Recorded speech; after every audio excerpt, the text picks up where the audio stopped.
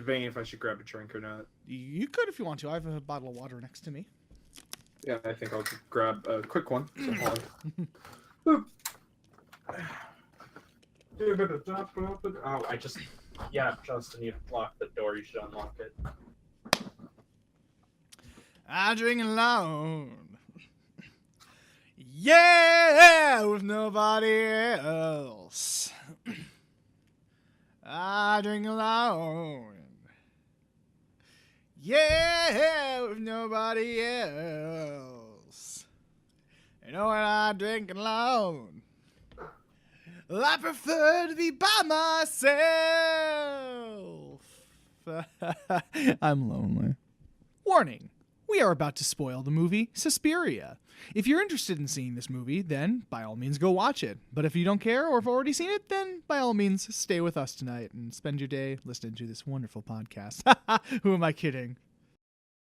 All right, Mr. Argento, what color palette should we use for your horror movie? Arco Bellini. Really?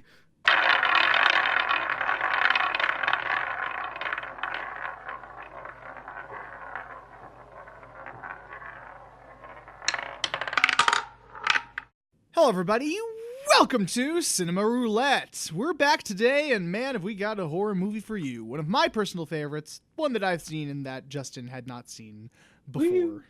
I'm also here. He's also here, by the way. I would hope so. I hope the co-host of his own show would be here. Okay, bye. Oh, God, no! I'm good. Don't worry, I'm just gonna go for a nice run in the woods in the rain. It always goes well in horror movies. Exactly. But yes, today's movie is one of my personal favorite horror movies from my personal favorite horror director, Dario Argento. It is 1977's Suspiria.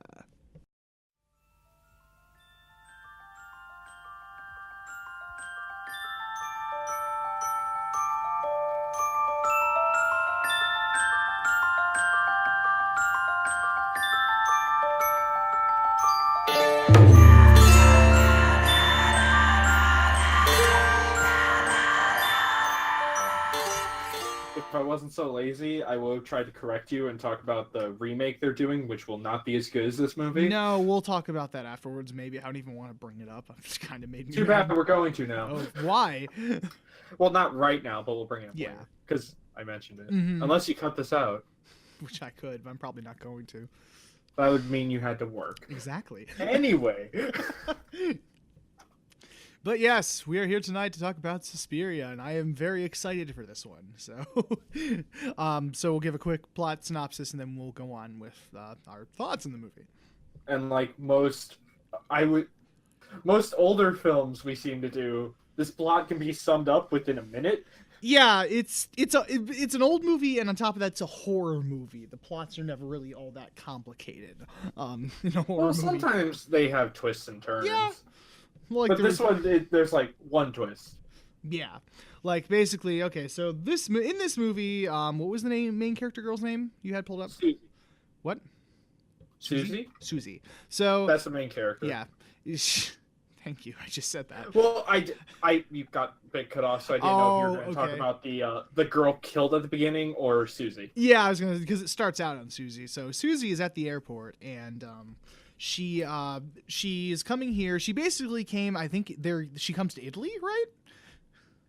It's either Italy or London. Yeah. She comes to somewhere in Europe, basically. She comes for a dance academy, which is supposed to be like one of the top big premier dance academies in like all of Europe or whatever. So she gets there, it's very rainy, and she already senses weird stuff happening. She calls over a taxi cab, and she looks over in the woods, and just weird shit's happening. So she gets to the actual academy, it's pouring down rain stuff, and a student comes out and says a couple of mysterious words that she can hardly understand, and then runs off into the woods. And she tries to get in, but she cannot because it's so rainy outside. So she gets back in the cab and goes to the hotel for the night. No, the person inside just says, "No, you're not allowed in." Yeah, it just says, no, you can't be in here. And so she's like, oh, okay, fine, I'll stay at a hotel. She goes back in the taxi cab. And in the meantime, on her way to the hotel, she sees the girl running in the woods. And so this girl gets to her friend's house and offers to let her stay there. And she's like, oh, she's like, no, she's like super paranoid and stuff. She's like, oh, what's got you worked up and stuff. And so she's looking out the window. She sees these weird eyes out in the distance. And she gets horribly murdered in this very brutal, fucking long drawn out murder sequence. So her and her friend die. She gets died by getting stabbed in the heart multiple times and then hung from a fucking. She gets die? Is that what I said? Yes. I'm sorry. My brain decided not words today. I don't know what that's like. Insert 50 takes of Justin trying to say one line. Exactly. He tried to say dude and it just took 30 takes.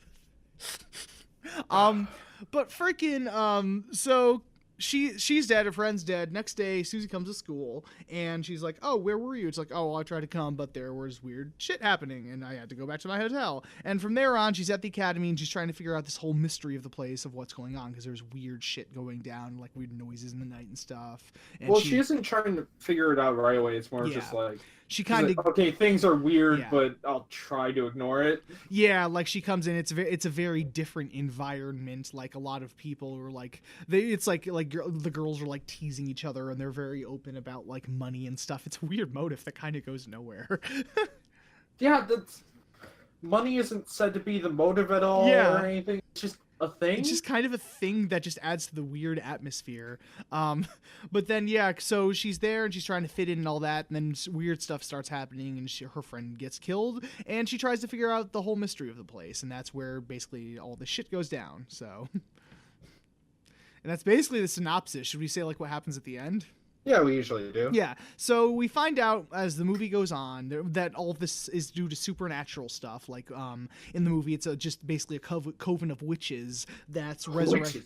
Witches that they've basically like, because it used to be like the occult and dance, but then the person died mysteriously and it became just a dance academy. But then these people decide, hey, well, let's make it for the occult again. They decide to have like this coven of witches that went around murdering people. And so Susie finds this out.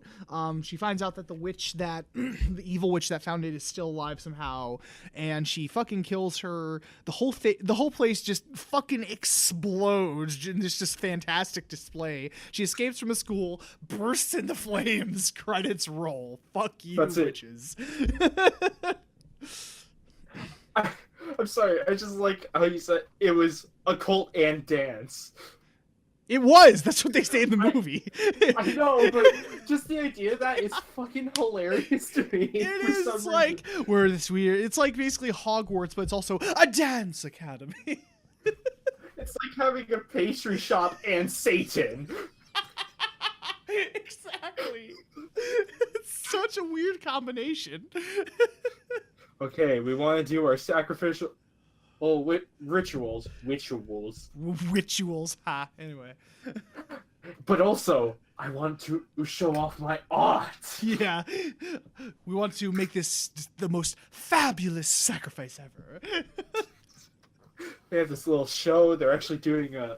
I can't think of a play. Let's just move on. Moving on. I don't know any... The tangent just kind of went off. It's just like, no, I can't segue into this, so fuck it. I literally don't know any dance sort of like shows or whatnot. I guess the Nutcracker counts. I guess that's why I was thinking of too, like a more like classical type. I literally know nothing about this. Anyway, let's move on. Something I do know about is this movie was great. Yeah, this is a fantastic Italian horror movie from the 70s. And just to give a little background, a little bit about Dario Argento and this whole genre is Dario Argento is considered one of the first and one of the best giallo directors. And giallo was a subgenre of horror film that started in Italy in the early 70s. And it started with people like Dario Argento, Mario Bava, who did what is considered the first giallo film, Blood and Black Lace. which I've been meaning to watch. Sounds like a porno. Yeah, it does sound like have like a very porno title, but that's considered like the first giallo film, arguably. So I have that, and I've been meaning to watch that. But Dario Argento, shortly after that movie came out, made The Bird with the Crystal Plumage. And giallos are characterized; they're basically early slasher films. They're what inspired the slasher films in America in the mid-late 70s. And they were characterized by like having a central mystery, but also for having very bright, beautiful cinematography and these long, drawn-out murder sequences that became almost like very artsy and how over the top and like really like drawn out these death scenes were. And this was Dario Argento's first delve into supernatural horror. Like before that, the three movies, which are called, I think, his Animal Trilogy, which are The Bird with the Crystal Plumage, Cat o' Nine Tails, and Four Flies on Grey Velvet, and Deep Red are his first four direct horror movies are all just straight up slasher films where there's a central mystery, but there's nothing supernatural. This one was his first foray into, there's supernatural shit and witches going on and stuff, and it was fantastic. And then his transition just from straight up slasher to this was so natural and smooth. It was just ended up being a very fantastic horror movie. What? Yeah. What? Oh, you started laughing. I didn't know if that was... I didn't laugh at all. Oh, were you breathing? No. Well, I mean, I was, but... Okay, I was not like getting a little not like freaked loud. out. I mean, well, I'm saying I was because I'm alive. Well, yeah. But I wasn't breathing heavily or anything. Okay, I just heard a into the mic or something. I thought it was like a chuckle. Oh, don't worry. It's probably the ghost. Oh, yeah, it's fine. Anyway. Usually we would start off with story or characters, but since this is a horror movie, well, we kind of been over the story. It's fine. It's a solid horror movie plot. Exactly. And and the characters, while they are memorable, like they do stand out, like you do remember who is who. It's just they're not like anything special or three-dimensional. Yeah, this isn't going to be like Scream levels where you remember Sydney or I sound like an asshole because I was going to say people's names. I love how you immediately said, where you remember their names like Sydney and... Dewey. Dewey is the cop. Yeah, the mustache I'm cop. terrible with names in general. It's not because they're not memorable characters. If I showed you a picture of each one, you'd be like, oh yeah, they're from Scream, they're from Scream. It's like, it's that person. You'd say, oh, what's their personality? Oh, it's this. So it's nothing like that. Yeah. Yeah. Why don't we start out with the most obvious thing, which is the cinematography and lighting? That's actually what I was going to segue into, and then you interrupted me. And so did my own brain. Because I watched horror movies a lot as a kid. Because my parents didn't want me playing GTA, so apparently the best next thing is watching slasher flicks. Exactly. Yeah, just 10 years old and watch almost every Nightmare on Elm Street. It should go great. Yeah. So the color palette here, if you haven't seen the movie, is fucking jarring. Yeah. It's like if all the lights were through a stained glass window, basically. That's a very good way to describe it. It has a very, like, if you were in a church and you've ever seen sunlight go through and it's just like bright green, bright pink, bright blue. That's basically the color palette of this movie. Yeah, and it actually has some really nice contrast. Like, a room will be filled with blue light, and then they'll open the door, and the hallway is all red. Mm-hmm. Or it will be, green, red, yellow, blue, stuff like... It will always be contrasting in a way that will allow you to notice. I think there's only, like, one room in the entire... Oh, garage is opening. There's only one room in the school that is normal lighting, which was the, principal's office? Yeah, the office area, which even in itself was very weirdly designed. Yeah, it's like this weird circular room. Mm-hmm. With like all these paintings on the wall and like mirrors and like stuff like that. It was, again, even the normally lit room just has a very odd design to it, and just the set design, the mix of the set design and the like very bright jarring lighting and very smooth cinematography just creates this really cool like dreamlike effect. Like when you're wandering through the halls and stuff, it's just it's so cool. Wasn't one of the points of, like, The Shining to make you confused on the hotel's layout? Yes. Because that's kind of what happens here, of you never know how the school is. Yeah. Like Justin even said, like, because there's a scene where like the characters listen to like the tapping outside the hall to figure out how many footsteps they've taken and try to follow their steps to see where they're going. Well, because the teachers who are witches are supposed to be at home, Yeah. but they know they're still in the building. They just don't know where they're going. Mm-hmm. Yeah, but like they said, like I remember you were saying, like, yeah, man, I know you've been here for a while. I'm glad you can get the layout because I sure as hell don't know where the hell everything is. Yeah, it's oddly dreamlike, which is really cool for a horror movie. Mm-hmm. Like it's almost like trance, like just with the colors and stuff. Because when Justin watched this, he said it was almost distracting how in your face the color palette is. But there was also that was kind of nice in a way. And it makes the movie like it's aged super well, I think, because of that. It still has a very like you look at a lot of 70s horror movies and you can tell like, oh, it was an older film stock or whatever, but this movie still looks really like it looks very modern in how like the editing and the camera work and all that was. And also, I feel I should bring up that even though this is from Italy, we watched the American dub, which is done really fucking well. Yeah, that's the thing. Like, the characters' voices, for the most part, match them. There are a couple characters where, like, yeah, it kind of doesn't match, but... Yeah, but usually those characters don't stick around long. But, like, that was my first thing initially, because you could tell, especially in the lip movement, because in a lot of foreign dubs, like, you can tell if you look really closely, like, the lip movement's off. No, they match them almost perfectly in this movie. I think I saw only once or twice where it was slightly out of sync. Yeah. Other than that, like the way the ADR, like the post dubbing of the American version was fantastically done. And usually you can tell which was the actor that knew English and Italian and which is someone new they brought in. Yeah, like I think not Nazi lady, but the main headmaster of the school. She looked like exactly the way you'd think she sounded. So we were like, yeah, she probably knew English and dubbed her own lines. Same with Susie. Yes, she was. I think it was the cab driver was one of them where like really. Yeah, that is not the voice that should be coming out of that man's mouth. Yeah, that was the only one I noticed that was like kind of really. I think one of the students that you see for a bit. Yeah, but like she's not important to the plot. She's just in the locker room scene. Yeah, and that's about it. But there was nothing that was like jarringly out of place. Yeah, and if there was, it was gone rather quickly. Mm-hmm. Yeah, like they don't stick around or whatever. So, but it was just honestly really nice to see a film where the set design is amazingly creative, the lighting was experimental and fun. Mm-hmm.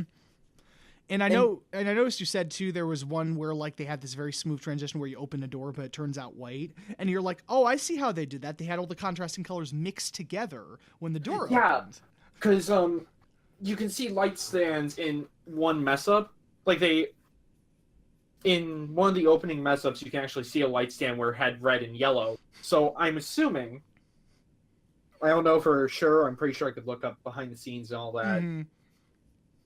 But they just had a pole of, blue, red, and yellow. Mm-hmm. Well, blue, red, yellow, and green. And all they needed to do was basically do what your TV does, take blue, red, and green and mix it all together to make white light. Yeah, exactly. And they actually did just so smoothly. It was awesome. Yeah, exactly. And also, even with all this lighting, like you would think that would take away from fear because they're very bright neon colors. Mm-hmm. Yet the uncertainty of the layout and the music as well. Yes. Really add to the atmosphere of this place. And it was just like, holy fuck. Yeah, like I remember you said like whenever a character walked into like a blue room, you're like, oh no, I didn't think it could get worse. It just got worse.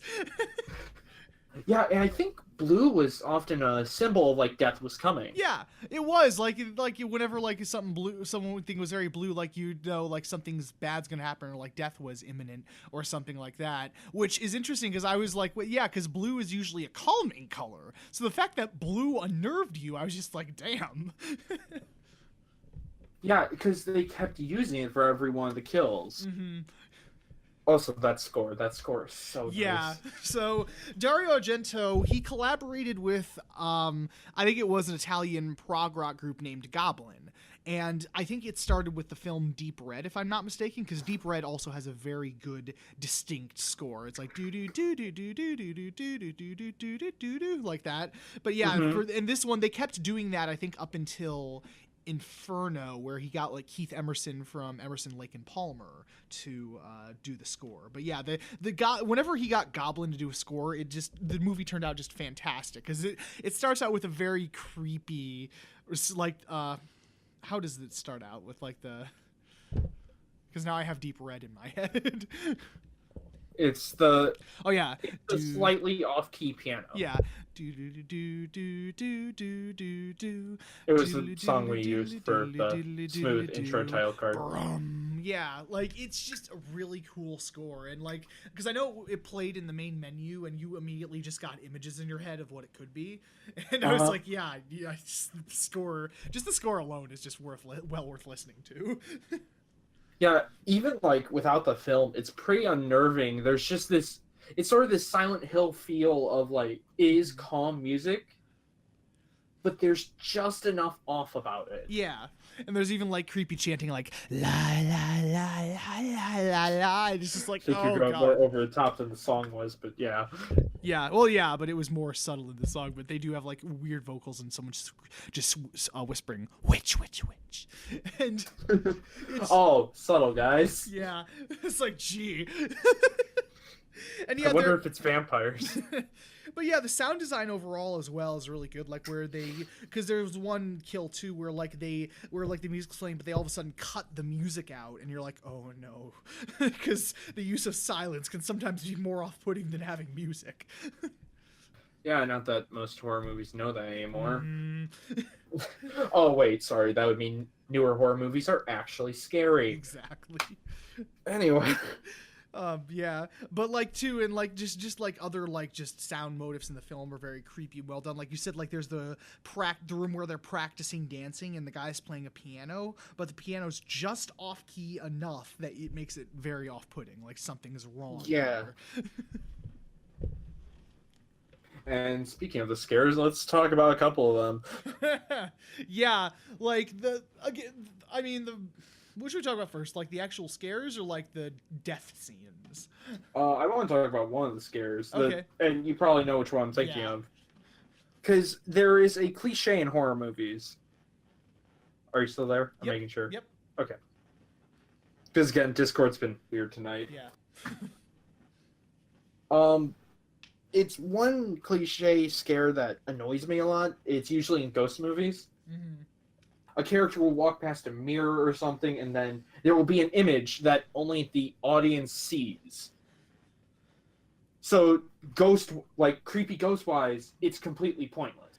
Or like in a slasher movie, there'll be like someone standing there, and it's very obvious that there's someone standing there. Well, that can work like in Halloween when you see Michael Myers down the street. It's like, okay, he's still stalking her. And there's one really creepy moment in Halloween when one of the babysitter, she's like babysitting the kid and going through the house, and you see him just standing outside the window. Yeah, that works. I'm talking about the main scene I usually bring up is in, I think, the first Grudge movie. The American version, not Japanese. Yeah. The main character is walking through the house and then walks past a mirror, and her reflection is the Grudge. Mm-hmm. But she doesn't see it. So there was just... No, go away. Whatever. Sorry. But yeah, walks past the mirror, and then the ghost just did that for no reason. Yeah. In here, there's a moment where it's Susie's friend is running through the place. Thinks she's being hunted, I think it was, or was she trying to go after the teacher? I think she was trying to go after because she was like, oh, like they say they're gone, but I hear them walking out of the building every night, and Susie is drugged, and she's like, oh no, you can hear their footsteps going inside. That's not like the door's on the left, and they're not going that way. They're going towards inside the building. She's like, oh, I know it, and so she goes out to try and find where I think the teachers are going to. Yeah, and the yellow eyes from the first kill all of a sudden she's up in the attic and it's all this dark blue, and she's looking around, she's slowly moving, and then you see in this dark shadow just the eyes. It doesn't zoom in, it's still a wide shot, but you notice it's just like, oh shit. It's just there. And then you have to wait basically for her to be attacked. It's just like, oh fuck, it's there. Yeah, it's very off-putting because, like you said, like it works too because she's going by it and the camera's following her walking, and it's not like it's right there, but like as she's walking by it, the eyes are revealed in the background. Yeah, and right there, that's the only time I've seen that trick sort of work. And Justin, as soon as he saw that, he was like, no. And I was like, oh shit, I forgot about how creepy that was. Yeah, that actually got me. It was like, oh fuck, where'd you come from?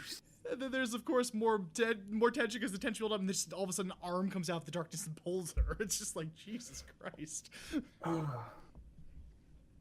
And then there are also some bad scares, like the bat. Yeah, they're like cheap bat.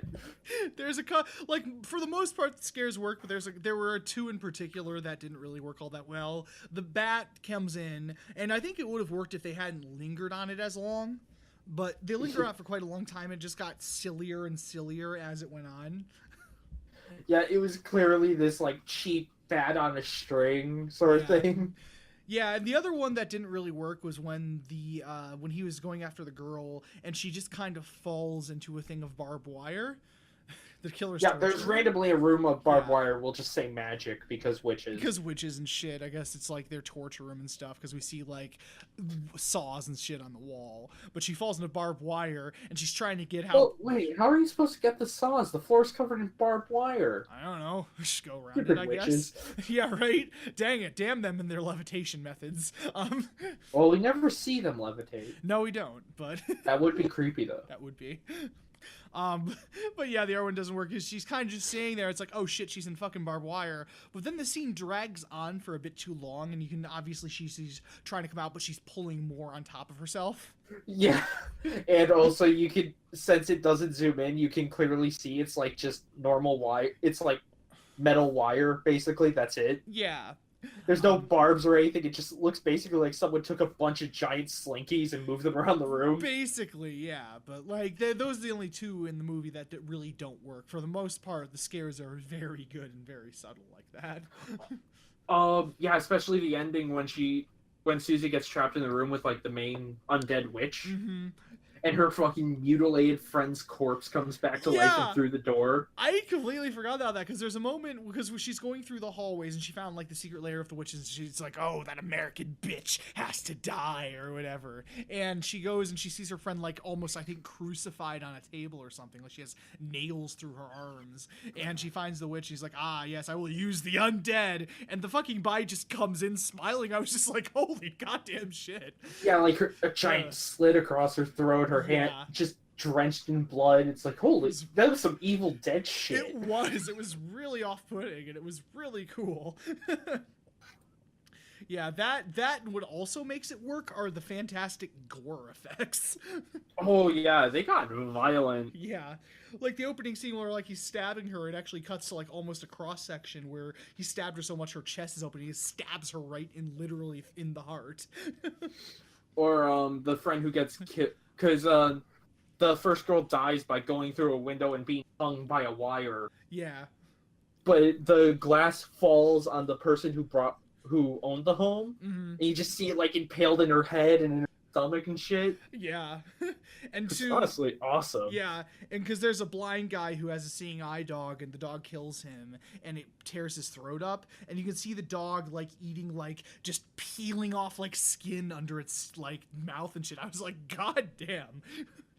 The puppo makes it out alive, though. That's all that matters. And even in the barbed wire scene when he slits her throat, you could feel that. Oh yeah, because they clearly like put makeup on some chicken or veal or something. Yeah. And zoomed in and slid across it. And just is like, oh, fucking hell, guys. Exactly. Yeah. So it's a fantastic mix of like atmosphere, tension, and just gore. It's great. That just ends with everyone burning alive. The whole place just fucking explodes at the end, just dead. Because the main hero makes out though, Yeah, because she makes lone out. survivor. Mm-hmm. And I know they use the excuse like, oh, everybody's at a play or something, so they're convenient. Well, because you always need to get the main character along with the killer. Exactly. That's how it works. Yep. But yeah, he finds out, like, because the witch is invisible or whatnot, but she sees the outline, so she stabs the main witch, and she goes in the hallway and sees all the other witches, like, clutching their throats and, like, bleeding from their eyes and shit, because I guess that killed them, and just all of a sudden, everything fucking explodes, the end. Yeah, everything just starts falling apart and then burns, because magic plus fire equals ruin. Exactly, it's always fire that gets them. I forget how no, Poltergeist end's different. It's not fire. But is there anything else to talk about here? I don't know. I'm trying to think. So just other than that, like, fantastic movie. I'm trying to think because we went over like the setup, the atmosphere, all that stuff. So all the actors do a great job. There's because you mentioned again besides some voices, it's great. It's great work for a horror movie. Yeah. Oh, now I remember. Since this was the 70s, horror movies still weren't, like, super serious, honestly. Hell, they're not even taken seriously nowadays. Yeah. So. But this was, like, this was near the start of the slasher craze when, like, everything was, like, over the top and, like, borderline corny with the acting and stuff. So, like, there were... there were more serious, like horror movies in, like, the early 40s and, like, 50s and stuff like that, but, like, this was the time when they were starting to get really corny, so... Yeah, but it was really surprising to see how much the actors really putting their all into it.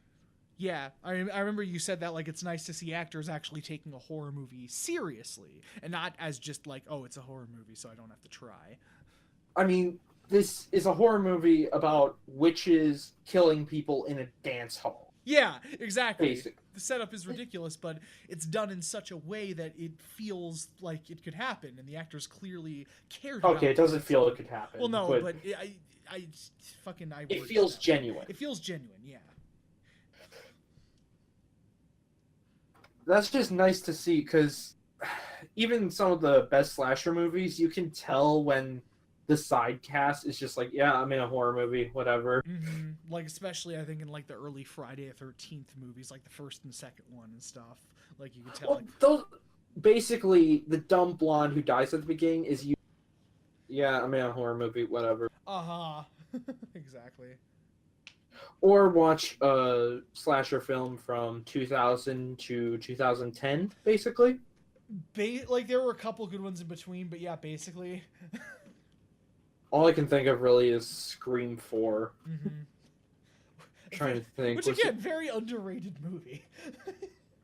I guess, I'll be honest, Friday the 13th remake wasn't too bad. Nah, it wasn't, like, well, it's one of those things where, like, when it first came out, yeah, it was not that good, but compared to the other shit remakes and stuff we had, in comparison, it's better. It's not the worst. Yeah. Speaking of remakes... Segways! Let's talk about how this week I was hoping we could put this off, but yeah. So, at the end of the movie, Justin was like, man, if they'd be stupid if they tried to remake this. And I was like, have I got news for you? Well, okay, the reason I thought Hollywood wouldn't because horribly artsy and foreign, which those are two words that scare Hollywood producers worse than, let's have a black lead. Someone will be happy about that joke, even if it's just me.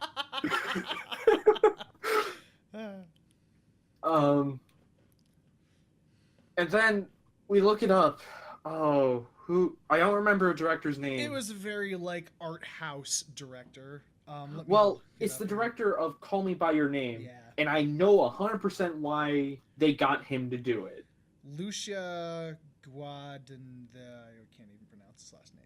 Okay, that name was butchered. We're going to go with the director of Call Me By Your Name. Call Me By Your Name. The same guy who did that. So. And what I'm going to assume, unless he is actually really into the movie, which by a trailer having little to no color, I'm going to say he didn't even watch it. Yeah. The only reason the studio got him is because it's a remake. It has a big enough cult following, and since this director was a hit with a lot of indie crowds, with Call Me by Your Name, they're like, oh, he can probably direct an artsy horror movie, and if not, who the fuck cares? Yeah. That's the only reason they're doing it. Exactly, because when this was first announced, I was furious. I'm like, why the fuck would you remake Suspiria? If I remember correctly, it doesn't look like a half-bad horror movie. Yeah, but compared to the source material, it's not. No. Yeah, this might be like a Resident Evil 5 situation where it may not be half bad, but since it has that name, it's going to be judged a lot more harshly and is probably not going to be good. Yeah, exactly.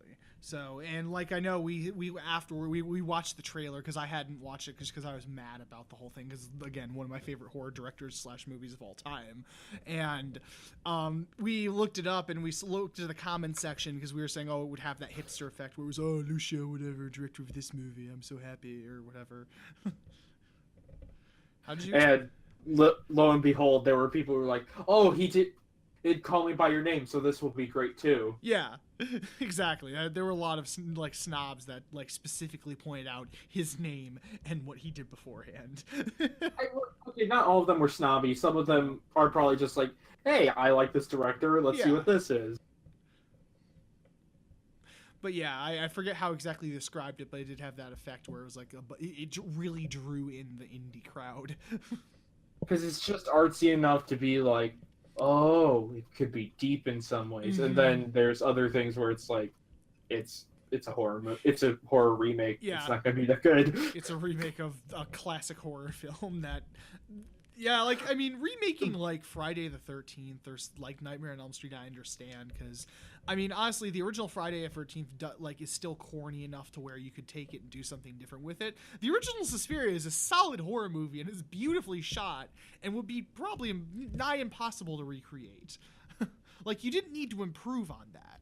Honestly. Actually, with CG, you could make the witch stuff like even cooler. That's true. Because we were You pointing get out, really trippy with that shit. yeah, like they probably aren't going to, but that would be cool if they did that. Like Justin was pointing out, like one scene where she was wandering into the witch's office, and like there was this weird like city in the background. He's like, wouldn't it be cool if they like walked into the sit painting or something? And I was like, yeah, it'd be cool. It's like if Dario Argento like had the technical means to do that, he honestly probably would have. So. Or even some of the wallpaper was just really weird with what they used. And you find out that, like, because she yells, like, one of the things the students yells is, like, iris mystery or something. Like, she finds out you have to turn the blue iris. And just as, like, the fact it has 3D stuff makes the painting even weirder. It does. Yeah. But back to the remake real quick. I will happily take... I'll be 100% honest. I will happily take that movie doing well over people being excited over fucking Disney live-action remakes. I have to 100% agree with you there. Yeah. Hell, if that movie does well, maybe we'll actually get some horror movies that aren't just fucking ghosts. Exactly. It's like, and even though, like, even if that movie is not that good, like, if it does start that, I will respect it a bit more. Yeah, I'd be down for like a new boom of super stylized horror films. Same, that would be rad as hell. Like if it does start that effect, it'll probably be the same way I view like Attack on Titan or something, where it's like I'd hate the series, but I have to appreciate it for bringing a second wave of anime into the US. Yeah. Like, I hope I hope that starts something. If it doesn't, I'll be very disappointed. Well, at the very least, some good horror movies have been getting a lot of praise, like Follows. Apparently, Happy Death Day was a pretty good slasher. I heard that was really good, and, like, even though it had its problems, like, I like you said, I think I'll gladly take another, like, monster movie over I said It Follows, but it also did well. Well, that's what I meant. I was making sure it didn't come I know what you meant. That's why I said also. I guess I did. Yeah, also, even though it had its problems, I heard was also a pretty good horror movie. And like that had some cool monster effects. I need to watch that, actually. I do too. It's available right now on HBO for me, so I could go. Yeah. Yeah.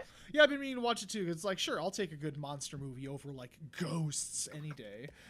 But before I watch it, I have to watch As Above, So Below, because that is being taken off next month. I quite liked that movie again. I know, that's why I want to check it out, because you said it. Yeah. And then it will be like Sicario, and I will say you're wrong. But... Okay, I wasn't wrong with Sicario. Just you couldn't take the. You were just wrong about the last half. I was sorry. Well, the last third, arguably. Yeah. But yeah, like we'll talk about that probably. We'll talk about that when we probably do Sicario again, a movie which I quite liked. But Justin, and he brought up points, and I was like, yeah, I can see that. I still quite enjoyed it, but I could see why you disliked the second part of the movie. Yeah, I was mostly joking by saying he's wrong. If you like that movie, I didn't enjoy the last part. Yeah. I think like everything up until after that rad as hell car chase, I think you said you enjoyed. Yeah, after that there was parts of the plot I didn't like, but this is not about Sicario. Yeah, Suspiria, but I think we're pretty much done with Suspiria. Yeah, just generally a really solid fucking movie. Yeah, like still mad about the remake, but if it does well and brings in more stylized stuff, fine. I can never be mad at, as long as it feels like it had some heart put into it, I'll be happy. Yeah. Exactly. Now let me set up the screen recording so we can spin the wheel. Oh yeah, it's time again. So just in conclusion, Suspiria, great classic. Watch it. Even though if you haven't seen it, I'd say check it out if you're a horror fan. Let me... Especially the new restoration by Synapse Films. Get that Blu-ray for the best experience. Fucking nerd. Yeah, you nerd. What are you gonna do? Talk about on your movie podcast? Right, God. Okay. And as soon as the recording would like to start. There we go. There we are. Let's spin the wheel. I said spin the wheel.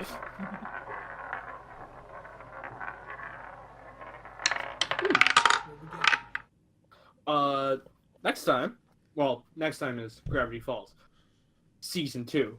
This will be a long episode. Yeah. But the next movie is Princess Mononoke. Ooh, yes! I'm excited for that one. Man, I love Studio Trigger. God damn it. That was 2 in sync. Damn it. Anyway. Yep. Having a hard time segueing, so thank you for watching Cinema Roulette. Don't forget to tune in next time whenever I decide to release it. So, bye guys. Later.